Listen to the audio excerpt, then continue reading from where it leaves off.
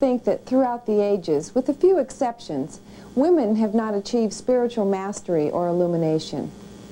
There are a few cases like Mother Teresa that come to my mind, but I think really all throughout history we've had men who dominate the society and the governments and the media, and I just don't think that they really have had the exposure. I don't think that necessarily, it's not that they aren't there, I just don't think we've seen them or heard about them. That's a good question. I haven't thought much about it, but I think that if we look through history, we'll notice that most of the religions are patriarchal, and the spiritual leaders like Jesus, Muhammad, and Buddha have all been men. But I think spirit itself is non-gender, so I don't see any reason why anyone couldn't achieve mastery. Well, I really don't know. Maybe it's because women just haven't had the opportunity to study and meditate and do all those necessary things that you have to do to become a spiritual leader like the men have, you know. If you had a chance to talk to an enlightened spiritual master who just happened to be a woman, what would you ask her?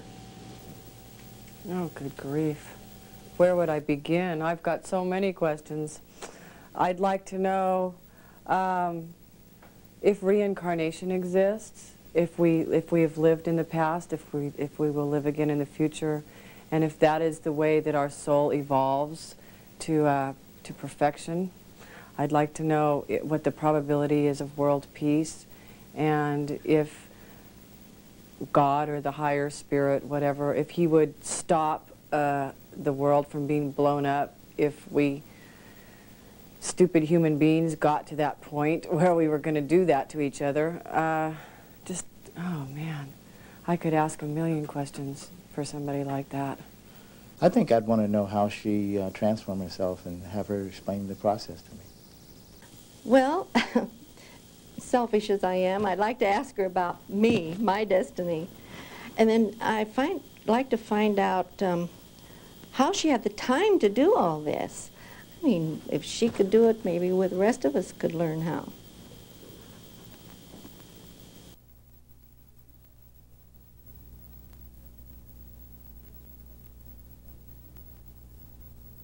There is such a person living in Seattle, Washington.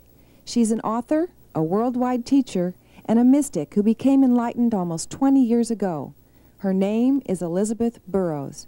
Science, religion, and philosophy have proven beyond all doubt that this planet upon which we live is but in its infancy. On June 6, 1971, I entered the state called cosmic consciousness, which is the merger of the finite mind with the infinite mind of the universe.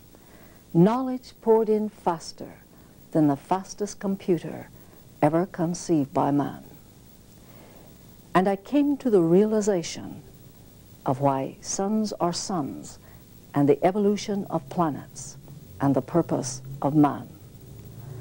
I believe that one of the greatest realities to come out of this experience is the knowledge that the consciousness which I experienced will be the consciousness of our future world. Elizabeth has been named as an international leader in achievement and is the recipient of the ABI Commemorative Medal of Honor and the Community Leadership Medallion. She is listed in the International Who's Who of Intellectuals.